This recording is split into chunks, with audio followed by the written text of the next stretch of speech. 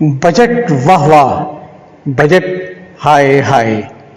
Budget کسی بھی حکومت کا اٹوٹ انگ ہوتا ہے۔ ہر سال ایک نیا بجٹ پیش کیا جاتا ہے۔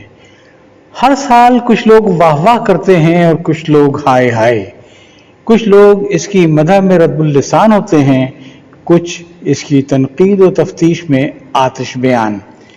ظاہر ہے یہ کہنے کی ضرورت نہیں کہ تعریف و توصیف حکومتی حلقے کرتے ہیں اور طنز و تعریض حزب اختلاف کے لوگ۔ اس بار بھی یکم جولائی سے شروع ہونے والے اگلے سال کا بجٹ 13 جون کو قومی اسمبلی میں پیش ہوا۔ چند ایک ہلکے پھلکے حملوں کے علاوہ جو حزب اقتدار اور حزب اختلاف دونوں کی طرف سے کیے گئے، بحیثیت مجموعی پورا بجٹ دونوں طرف کے لوگوں نے اور دیگر حاضرین بلکہ ٹی وی کے ناظرین، ریڈیو کے سامعین نے بھی سکون اور دل جمعی سے سنا۔ وزیر خزانہ سرتاج عزیز صاحب نے قابل ستائش انداز میں پورا بجٹ پڑھا، اسے ایوان کے سامنے پیش کیا۔ بجٹ پیش کرنے کے اگلے دن یعنی ہفتہ 14 جولائی کو رات وزیر خزانہ نے ٹیلی ویژن پر ایک پریس کانفرنس منعقد کی، جس میں کچھ دیر انہوں نے بجٹ کے بارے میں تفصیلات و توضیحات پیش کی۔ پھر سوال و جواب کا سلسلہ شروع ہوا جو ایک طویل دورانیے پر مبنی تھا۔ اس سلسلے میں وزیر خزانہ کی اپنے موضوع پر گرفت، اعداد و شمار سے متعلق مستند معلومات اور سوالوں کے جواب دینے کا انداز بڑا پر اعتماد اور دل نشین تھا۔ اس کے برعکس پریس کے چند ایک نمائندے اس انداز میں سوال کر رہے تھے جیسے انہوں نے صحیح طور پر ہوم ورک نہ کیا ہو۔ چند ایک نے تو انتہائی غیر ذمہ دارانہ بلکہ تشدد آمیز انداز میں سوال کیے۔ ایسا معلوم ہو رہا تھا کہ وہ سوال پریس کے کسی غیر جانبدار نمائندے کی جانب سے نہیں بلکہ حزب اختلاف کے دل جلے رکن کی طرف سے کیا جا رہا ہو۔ بہرحال میرا مقصد بجٹ کے حسن و قبیح پر گفتگو کرنا نہیں بلکہ میں ان چند تبصروں کا ذکر کرنا چاہتا ہوں جو حزب اختلاف کے بعض رہنماؤں کی جانب سے کیے گئے۔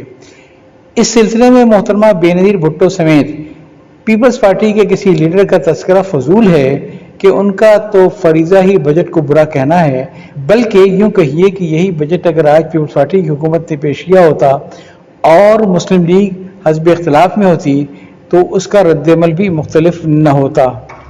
میں نے بڑی دلچسپی کے ساتھ مذہبی سیاسی جماعتوں کے بعض رہنمایان کرام کے تبصرے پڑھے، خصوصاً میرا اشارہ جناب قاضی حسین احمد صاحب، جناب پروفیسر غفور احمد صاحب اور پروفیسر شاہ فریدہ صاحب کے تبصروں کی جانب ہے۔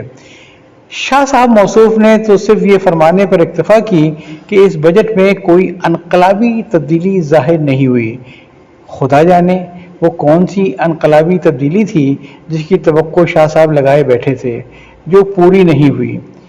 گزشتہ سال تک پیپلز پارٹی کی حکومت نے شاہ خرچیوں اور خرمستیوں کی جو کیفیت پیدا کر رکھی ہے اور جس کے بعد 3 ماہ کی نگران حکومت نے اپنے انداز میں معاملات چلائے تھے، جس میں انتخابات کے ضمن میں ہونے والے کثیر اخراجات بھی شامل تھے، اس کے بعد مسلم لیگ کی موجودہ حکومت بجٹ میں جو انقلابی تبدیلی لا سکتی تھی وہ یہی ہو سکتی تھی۔ ہر شعبہ حیات پر ٹیکس لگا دیا جاتا، لیکن ایسا نہیں ہوا، بلکہ تعجب کی بات ہے کہ غیر معمولی حالات کے باوجود کوئی نیا ٹیکس سرے سے لگایا ہی نہیں گیا۔ اس موقع پر مجھے ایک واقعہ یاد آیا جس کی حکمت کو شاہ صاحب سے زیادہ کون سمجھ سکے گا۔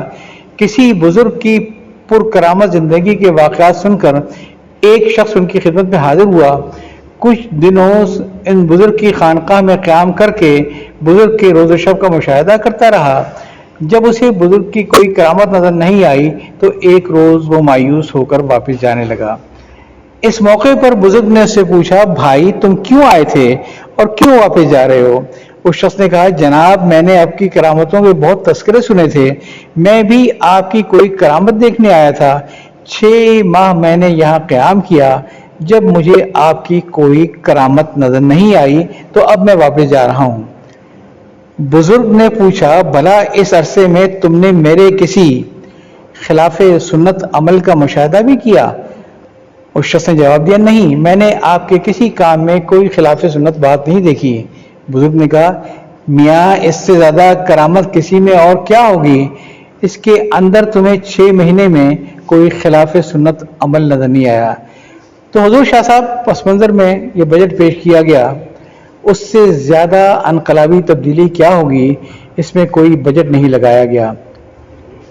محترم قاضی حسین احمد صاحب اور جناب پروفیسر غفور احمد صاحب کے تبصرے اپنی نوعیت میں عجیب و غریب ہیں۔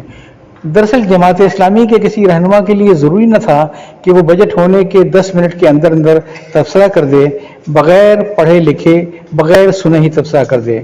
کہیں بہتر ہوتا جو جماعت اپنے ماہرین کی کمیٹی قائم کر دیتی جو بجٹ پر پوری طرح غور کر کے چند دنوں کے اندر اندر اس پر اپنا تبصرہ پیش کر دیتی، اور پھر اسے بنیاد بنا کر جماعت کے رہنما وقتاً فوقتاً اپنے بیانات دیتے رہتے۔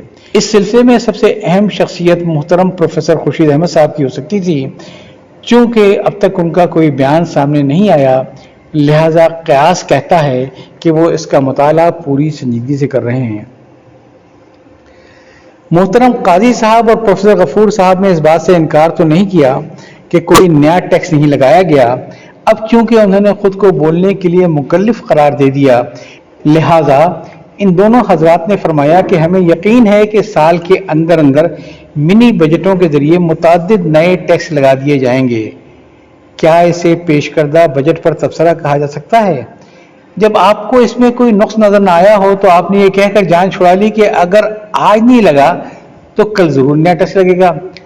اس امر کے باوجود کہ محترم وزیر خزانہ نے اپنی پریس کانفرنس میں بالوضاحت یہ بات کہہ دی تھی کہ کوئی نیا منی بجٹ نہیں آئے گا، محترم قاضی صاحب اور پروفیسر صاحب مصر ہیں کہ نہیں وہ تو آئے گا۔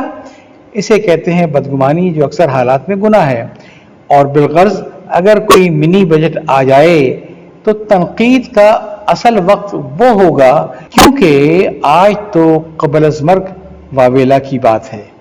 اجازت چاہتا ہوں، اللہ حافظ۔